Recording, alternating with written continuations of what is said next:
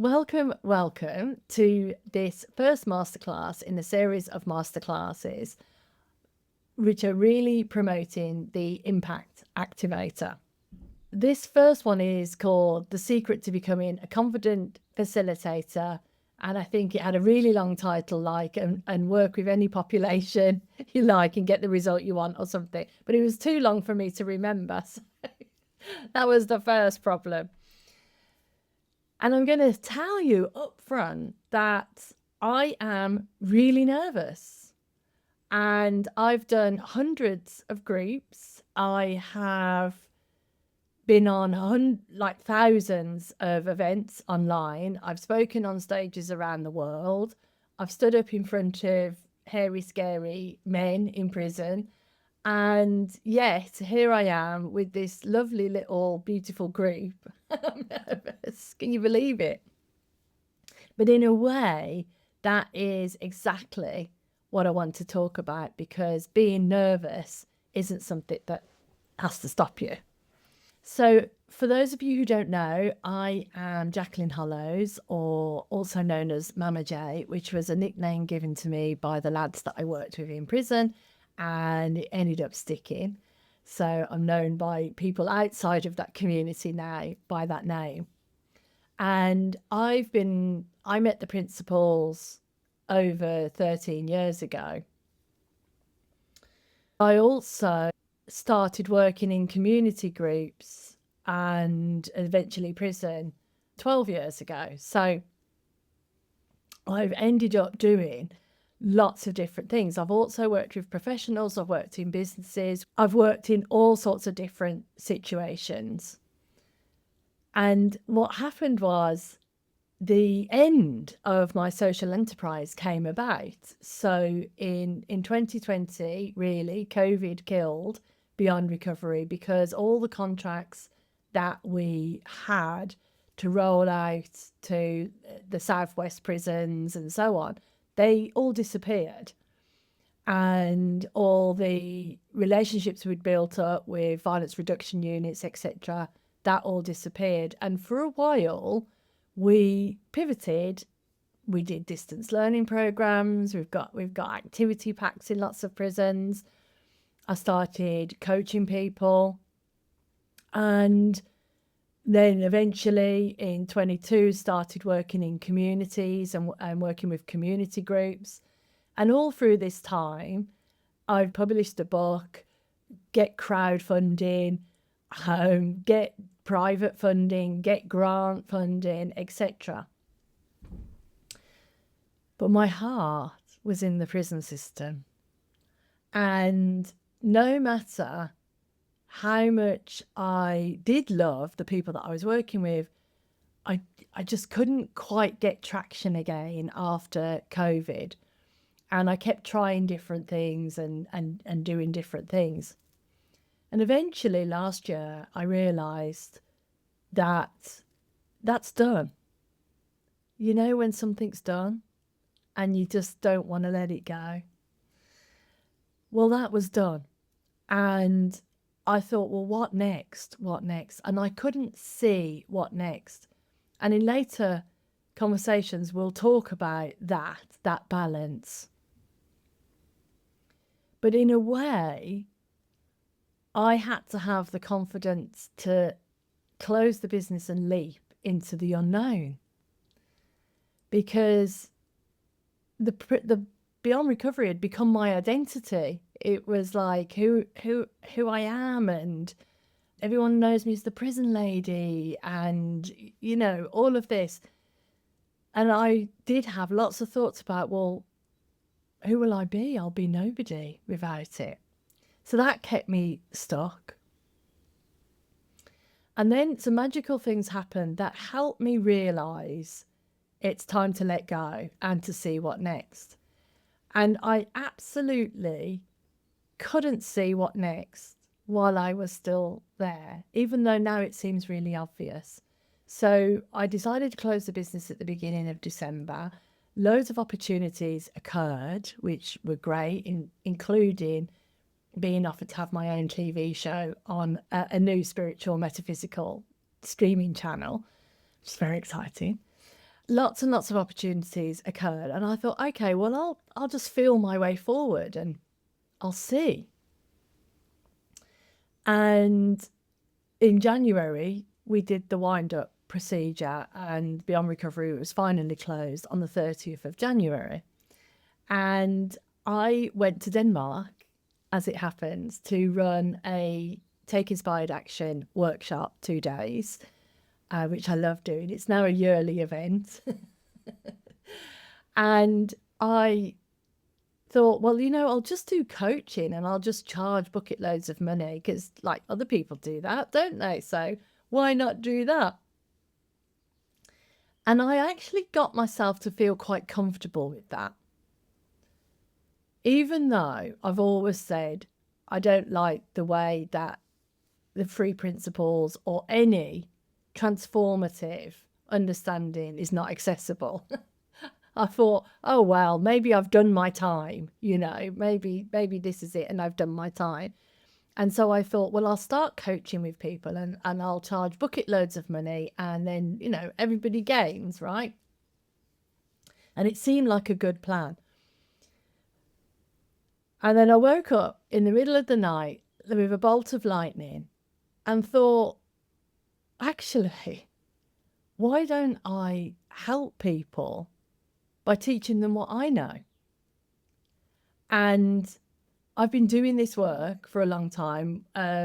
We have a curriculum that I partnered with Spark Initiative and Insight Alliance, and we run and train people on this curriculum.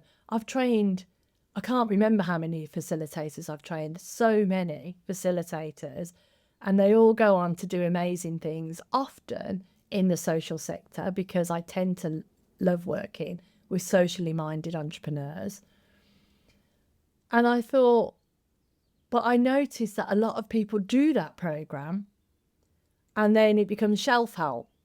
They don't actually do anything with it. And that's because there's a ton of missing stuff.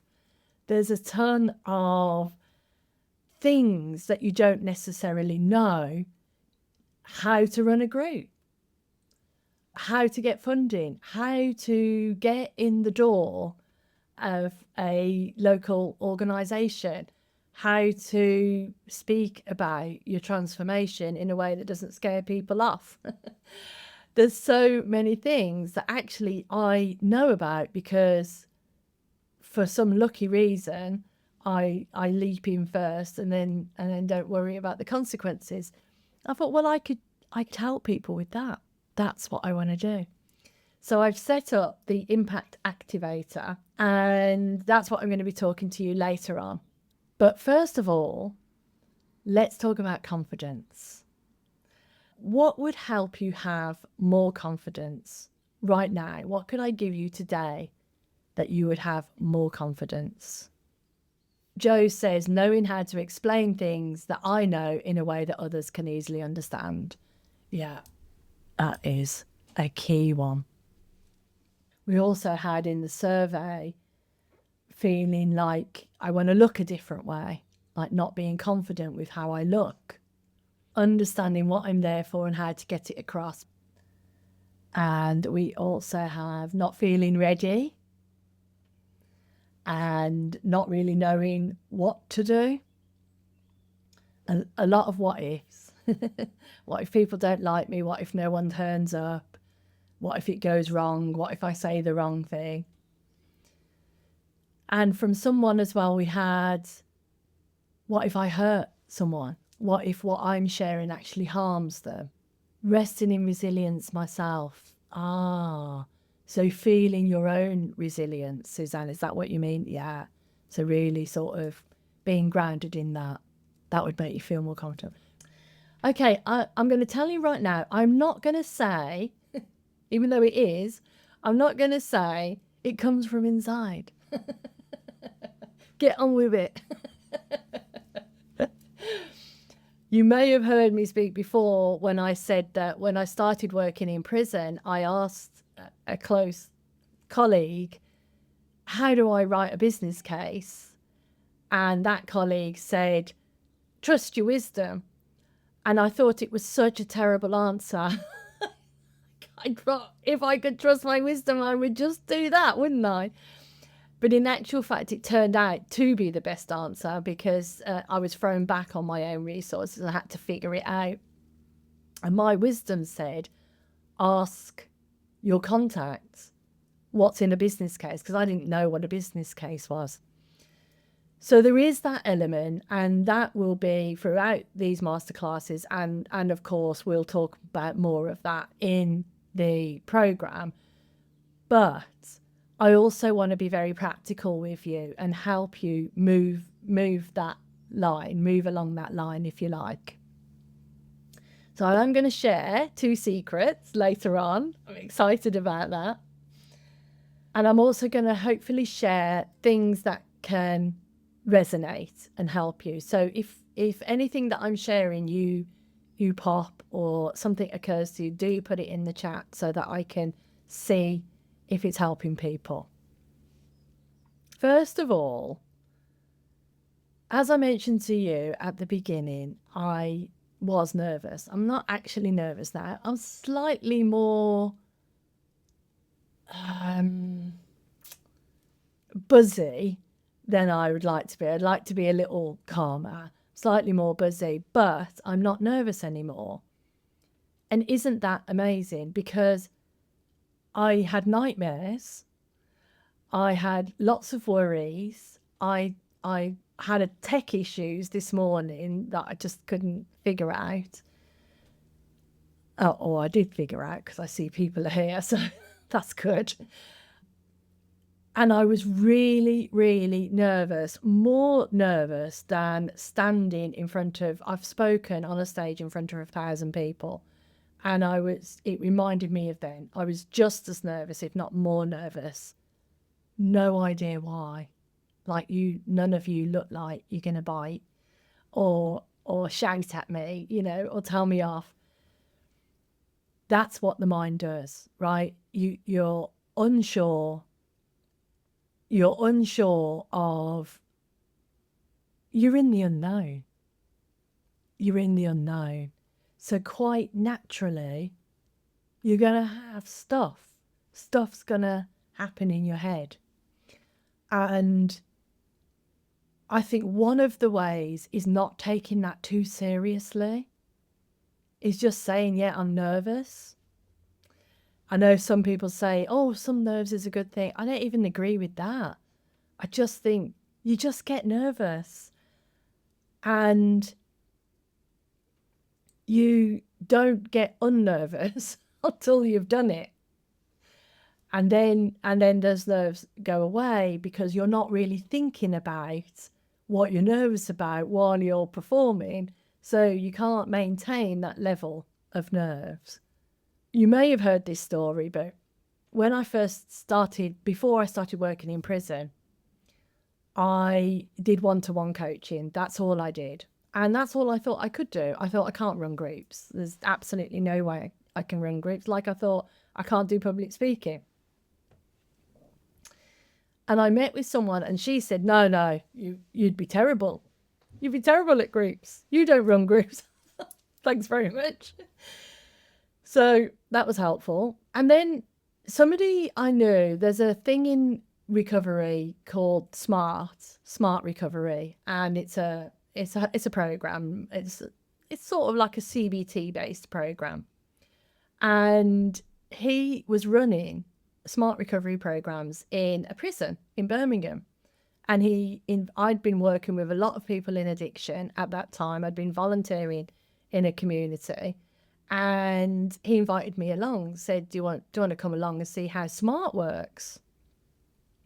Because I really struggled to talk about the understanding in a way that people could actually hear me, because all I could say were words that made sense to me rather than them.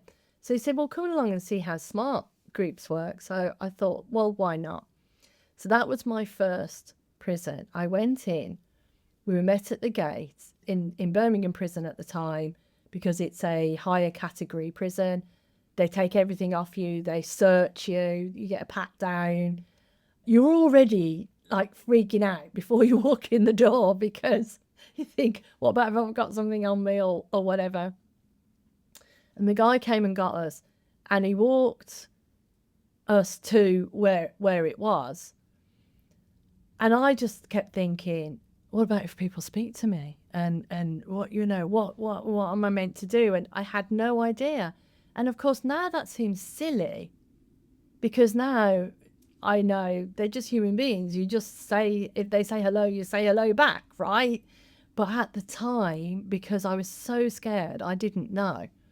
And we got to this group room, and it was actually quite a nice group room with comfortable chairs and stuff. And I was with a colleague, somebody that I'd taken through my program, and I was very passionate about working alongside people with lived experience, even back in the day.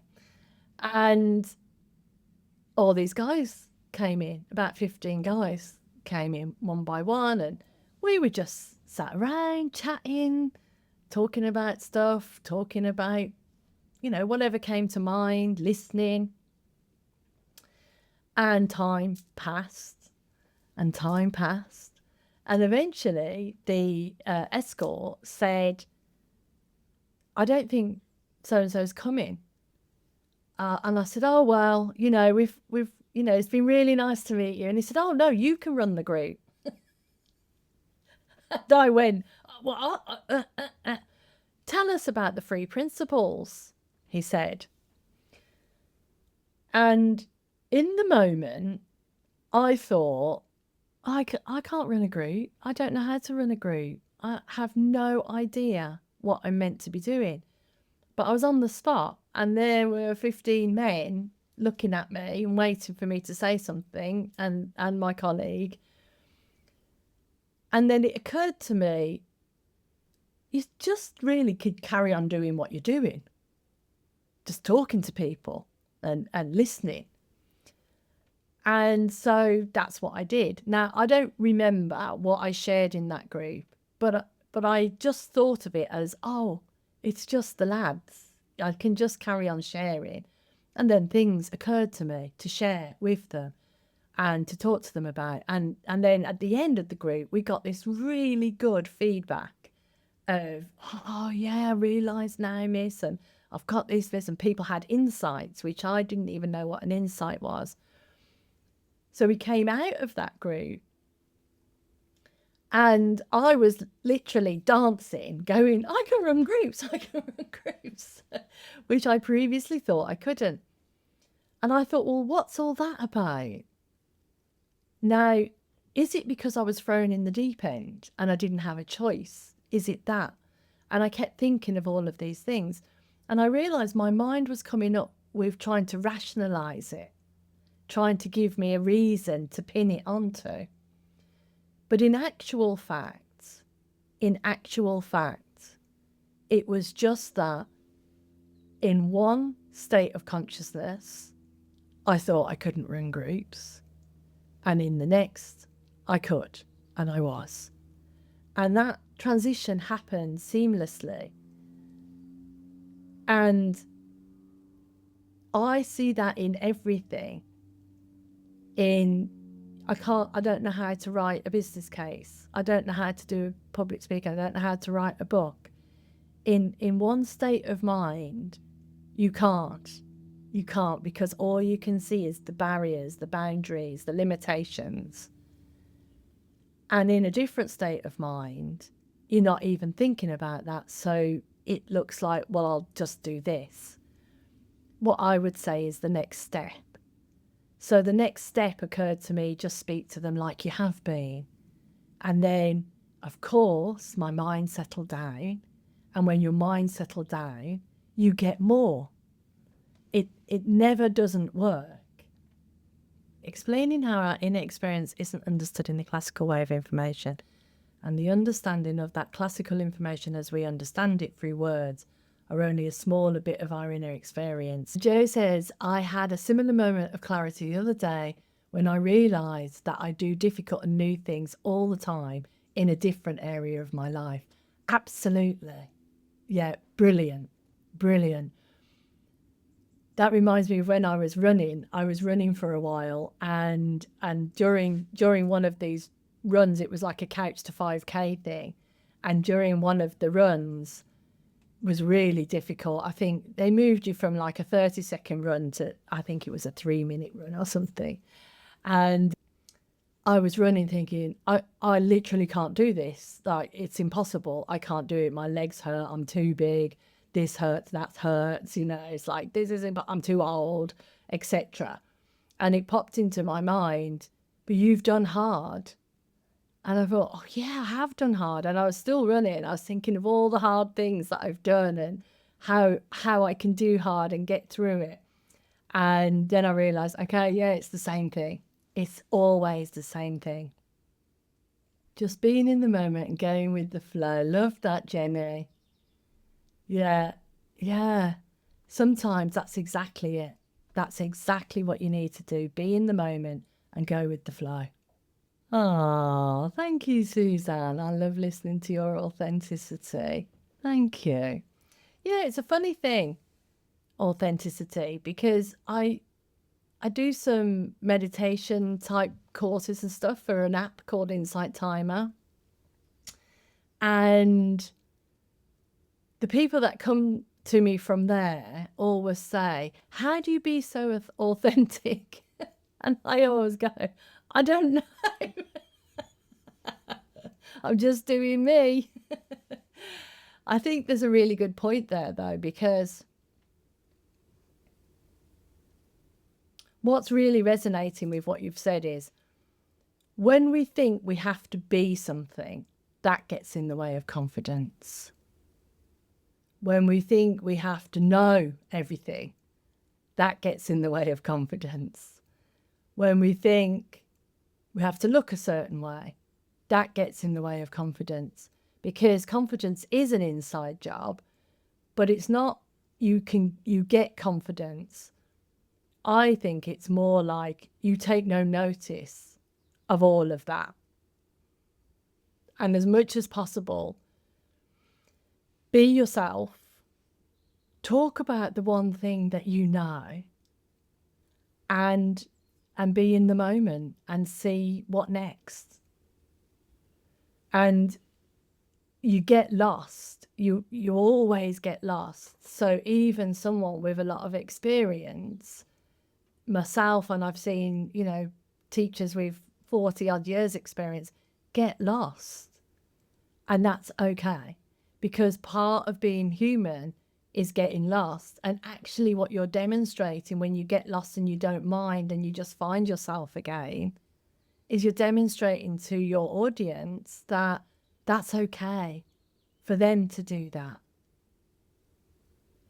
And a lot of the lads, if I shared, you know, stories like I had a row with my husband, they would be like, what? You had a row with your husband?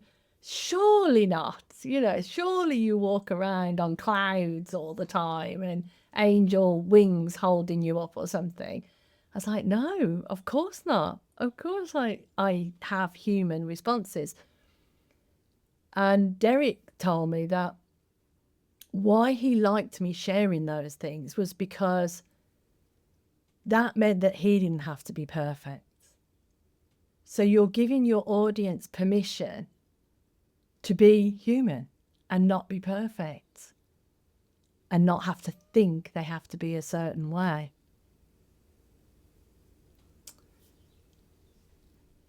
How do you slow down enough to be okay with the pauses?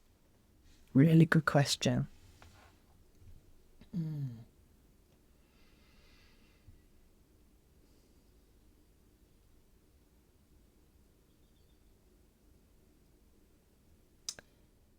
So I'll start here because this is what's occurring to. For me, it's because I absolutely trust that it's not me.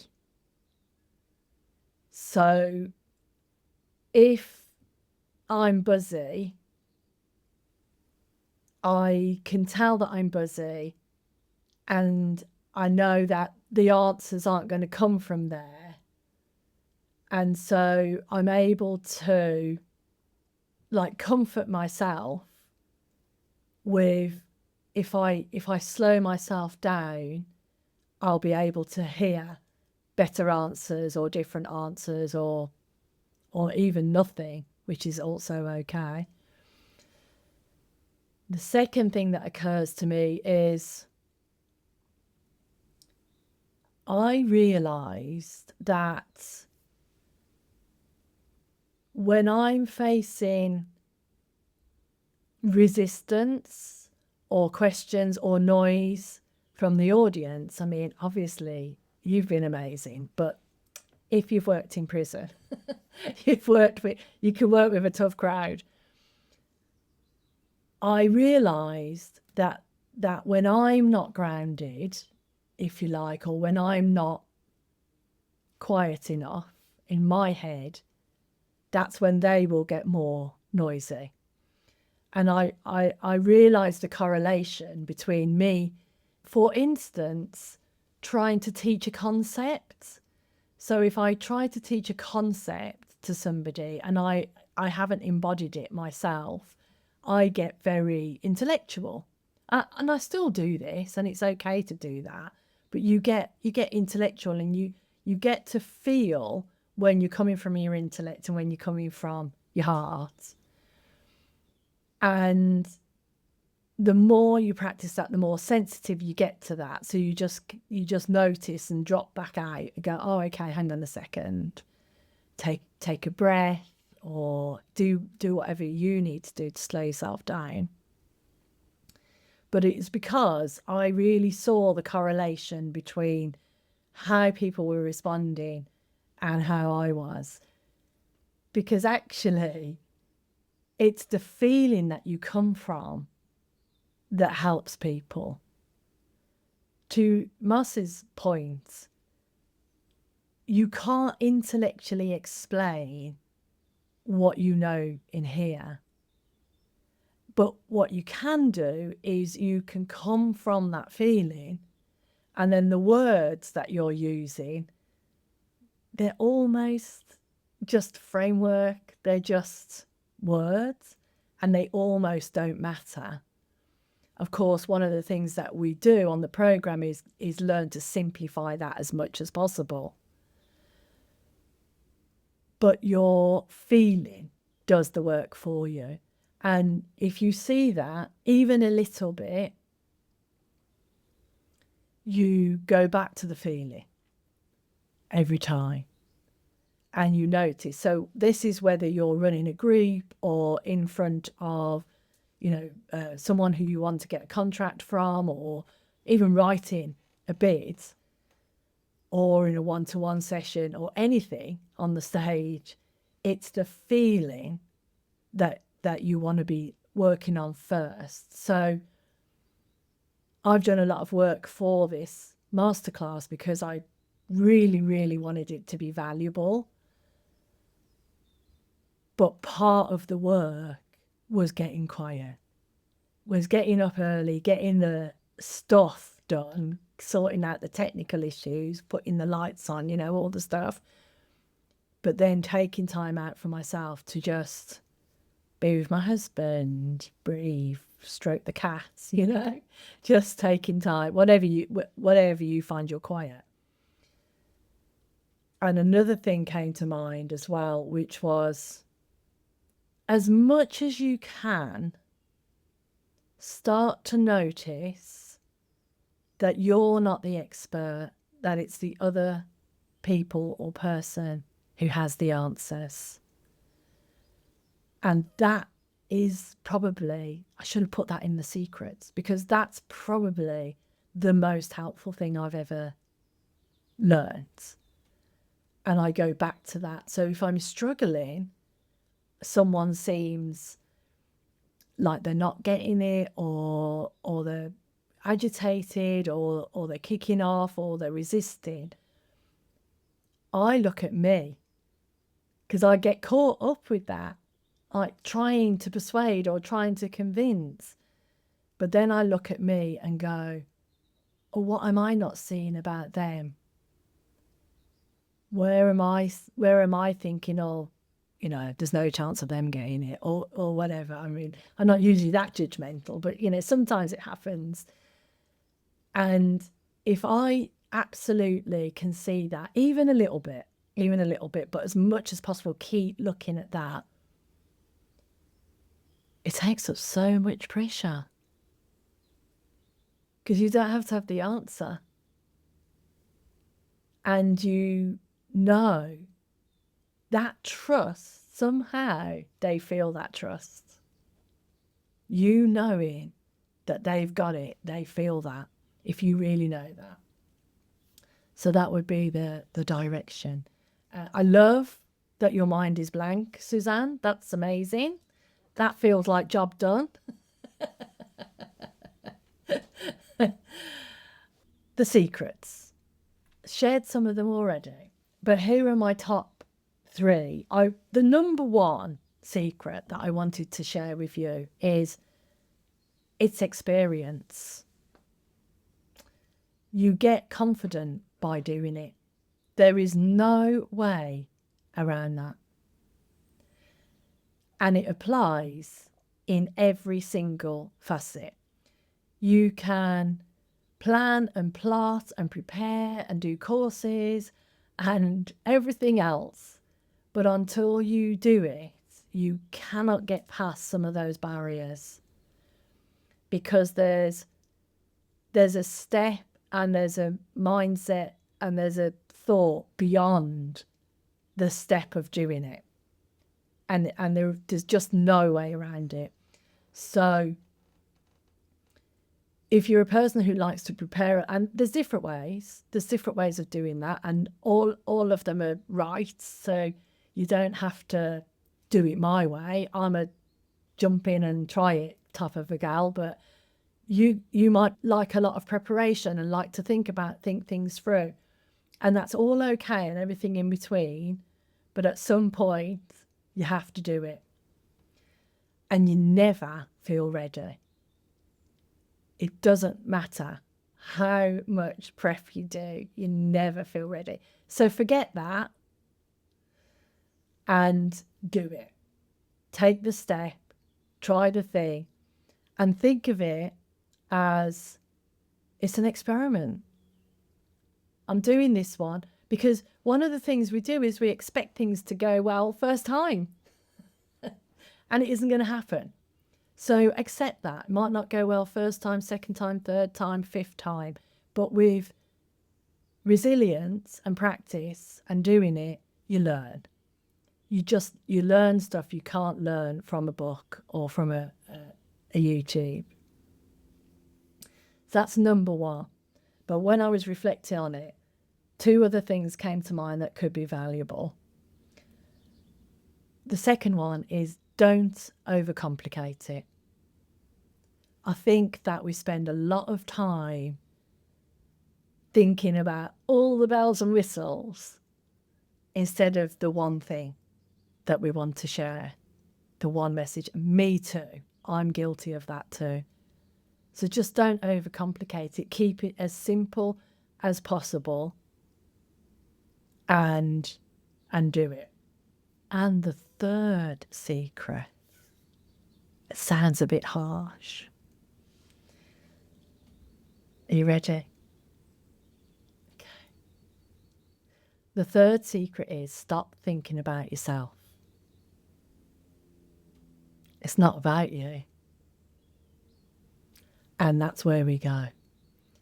How am I going to do? How am I going to perform? What do I look like? What will they think of me?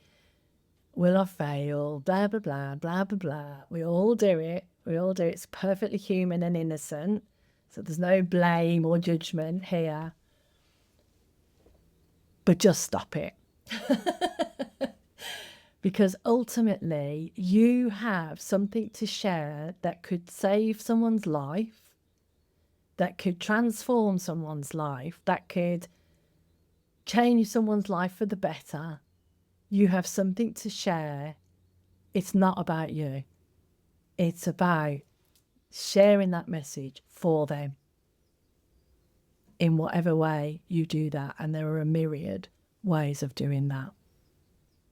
What's the biggest thing you're taking away from today? Joe says, I love those 3 points. So simple and just what I needed to hear. Put the flashlight on them, not me. Anna, be yourself and get out of your own way. Brilliant.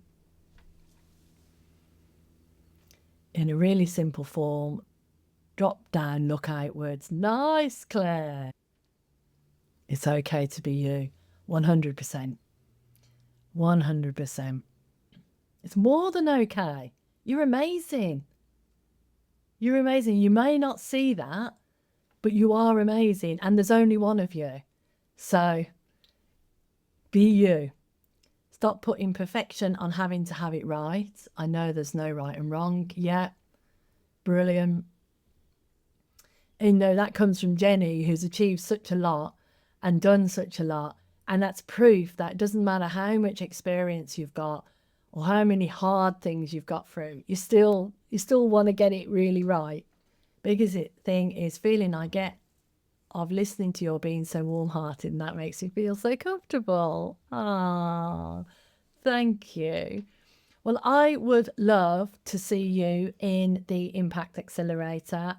Hopefully the tech's working now, so you'll have received the link to sign up for that. If not, I'll make sure that you do. It starts on 10th of March because I'm running a curriculum program just before that.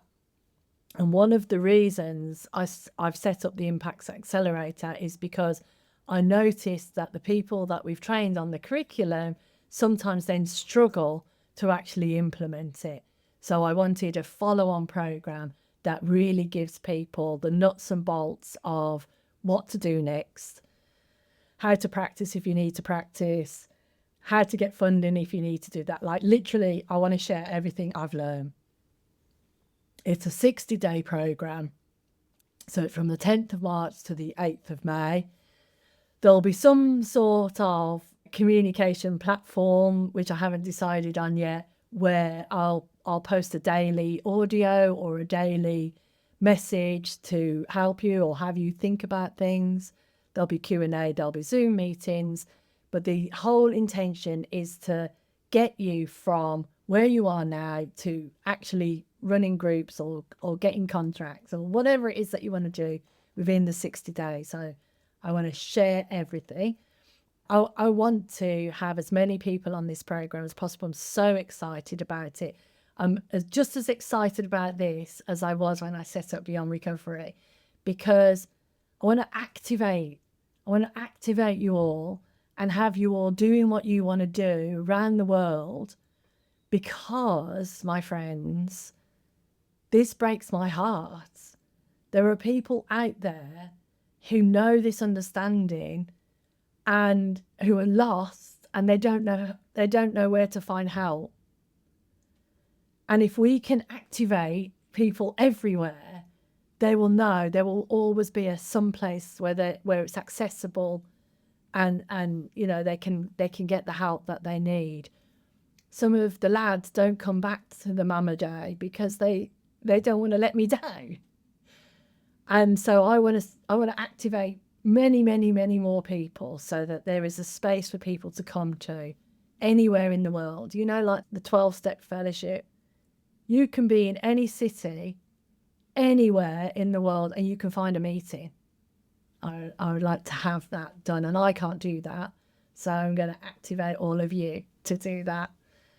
Loved being with you. I've actually made the next masterclasses, and you're all welcome to come to all of them at 5 o'clock UK time on a Thursday, because my international friends from the States and stuff couldn't make this time. So I had to move it a little bit later, and we'll focus on a different topic each time.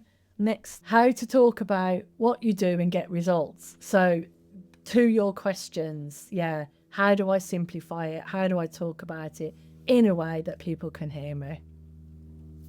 That's all for now. See you all soon. Namaste.